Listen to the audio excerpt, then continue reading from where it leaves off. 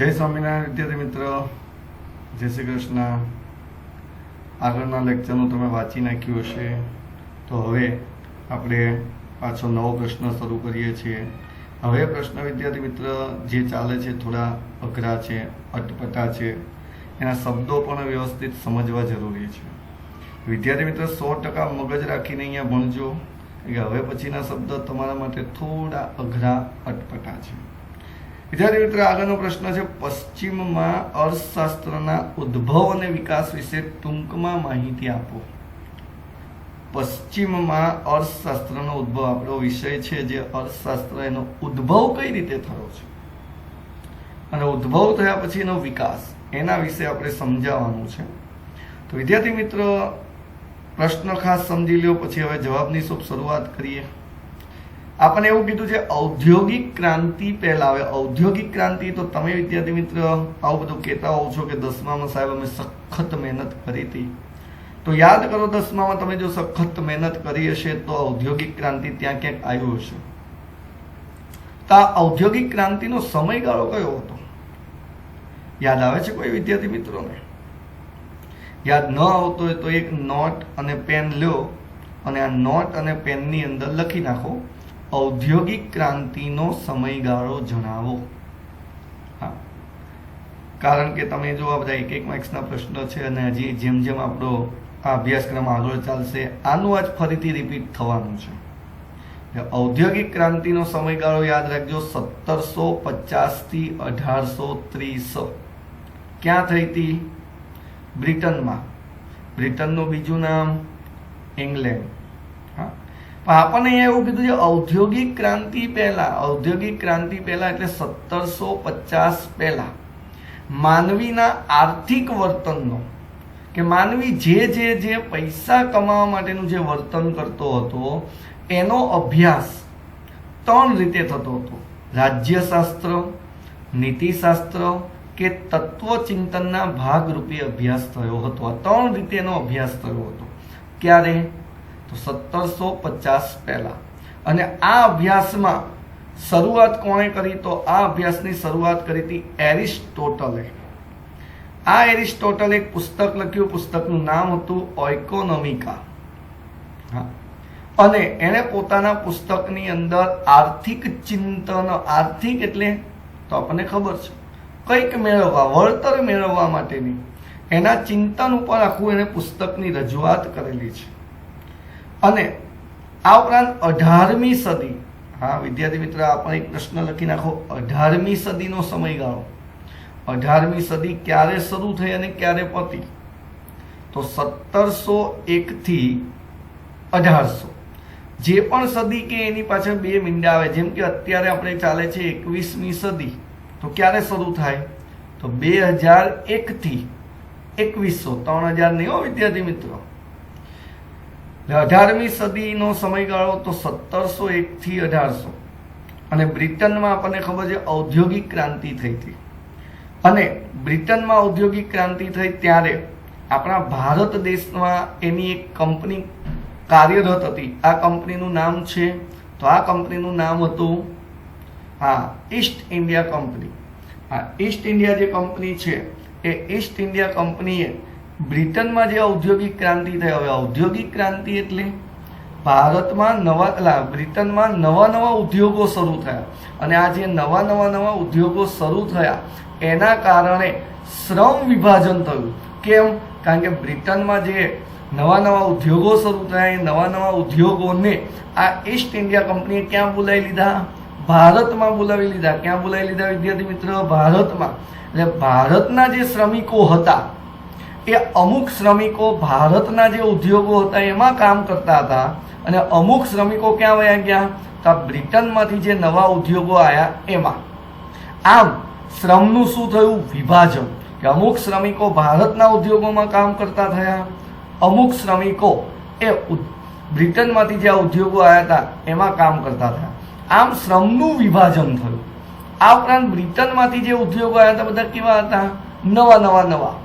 જેના કારણે કંઈક નવું શીખવા મળ્યું, નવું વધારાના લાભ થયા, જેને કહેવામાં આવે છે વિશિષ્ટીકરણ થયું.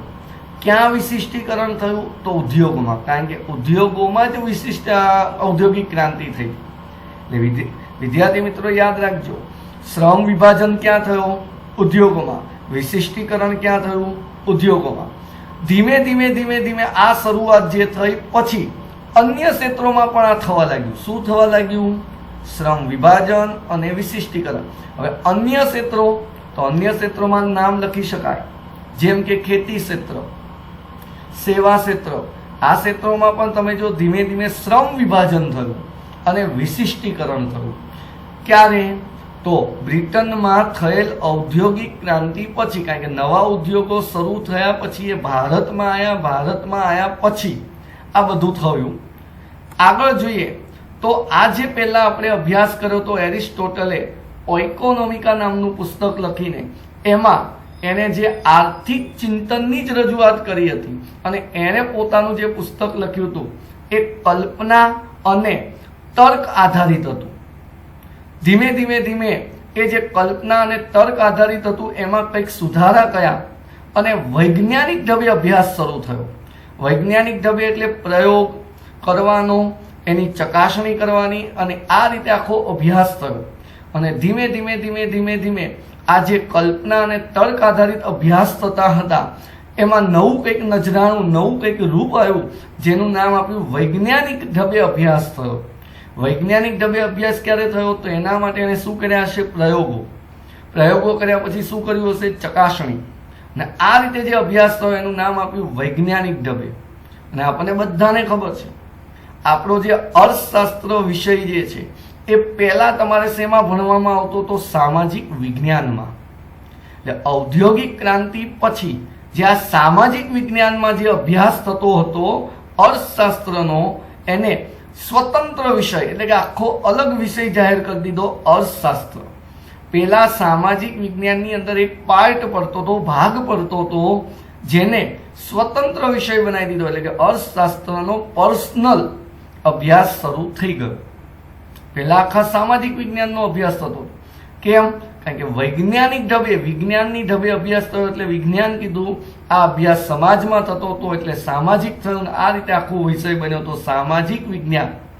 પણ આખો અભ્યાસ જે થતો હતો એ અર્થતંત્રને લગતો થતો હતો, જેના કારણે એ નામ આપી દીધું અર્થશાસ્ત્ર અને સ્વતંત્ર વિષય તરીકે એનો ઉલ્લેખ થઈ ગયો છે. વિદ્યાર્થી મિત્ર, હજી તો આ પ્રસ્તાવના આપણી પૂરી થઈ. હવે આપણે આની અંદર જુદા જુદા અર્થશાસ્ત્રીઓએ પોતાની રજૂઆત કરેલી છે. આ અર્થશાસ્ત્રની પોતાની વિચાર શક્તિ, પોતાની વ્યાખ્યાઓ રજૂ કરેલી છે. એમાં આપણે હજી આ જ પ્રશ્નમાં 4 અર્થશાસ્ત્રીઓ વિશે ભણવાનું છે. 4 અર્થશાસ્ત્રીઓના નામ નોટમાં લખતા જજો વિદ્યાર્થી મિત્રો. પહેલો અર્થશાસ્ત્રી જે છે એનું નામ છે એડમ સ્મિથ. એડમ સ્મિથના વિશે ભણવાનું છે. એ આ પ્રસ્તાવના હવે પતિ પછી હવે તરત એનું શરૂ થશે. એડમ સ્મિથ પતશે પછી તરત જ આવશે આલ્ફ્રેડ માર્શલ. એડમ સ્મિથ પતશે પછી તરત કોણ આવશે? તો આલ્ફ્રેડ માર્શલ.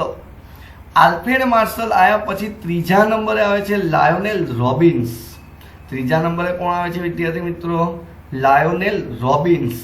અને ચોથા નંબરે આવે છે એ છે પાઉલ એ સેમ્યુલેશન.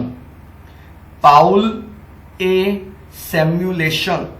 તમે જો આ 4 અર્થશાસ્ત્રીઓ છે અને 4 અર્થશાસ્ત્રીઓએ અર્થશાસ્ત્ર ઉપર પોતાની રજૂઆત કરેલી છે, પોતાની વ્યાખ્યાઓ રજૂ કરેલી છે અને એના વિશે હવે આપણે ભણવાનું છે.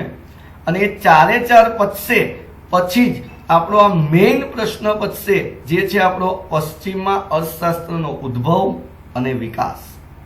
વિદ્યાર્થી મિત્રો, શાંતિથી આ જેટલું ચલાયું એ વાંચી નાખો અને આપણો જે ઇકોનોમિક્સનો પાક્કો ચોપડો તમે બનાવ્યો છે તો એની અંદર આ લખી નાખો. પછી આગળ હવે અર્થશાસ્ત્રીઓ વિશે ભણીએ છીએ. વિદ્યાર્થી મિત્રો, મેં આગળ તમને કીધું હતું શબ્દ શાંતિથી સમજજો અને પછી જ એને વાંચજો એટલે ફટાફટ યાદ રહેશે. કારણ કે મેં હમણાં જ કીધું કે હવે તમારા માટે શબ્દ સમજવા જરૂરી છે. 100% મગજ અહીં રાખીને ભણજો. અને આ સિવાય આપણા 11 ચેપ્ટર જે છે ઇકોનોમિક્સમાં, એમાં પહેલું ચેપ્ટર અને હજી આવશે છેલ્લું 11 નંબરનું ચેપ્ટર, એ થોડું સમજવામાં અઘરું જ પડશે તમારા માટે. એટલે આ ચેપ્ટર શાંતિથી જ આપણે ચાલશે, ધીમે ધીમે જ ચાલશે. એટલે યાદ રાખજો ખાસ, પણ આ શાંતિથી ભણવાનું, વાંચવાનું અને પછી લખવાનું. ચલો હવે વાંચી નાખો, પછી લખી નાખજો.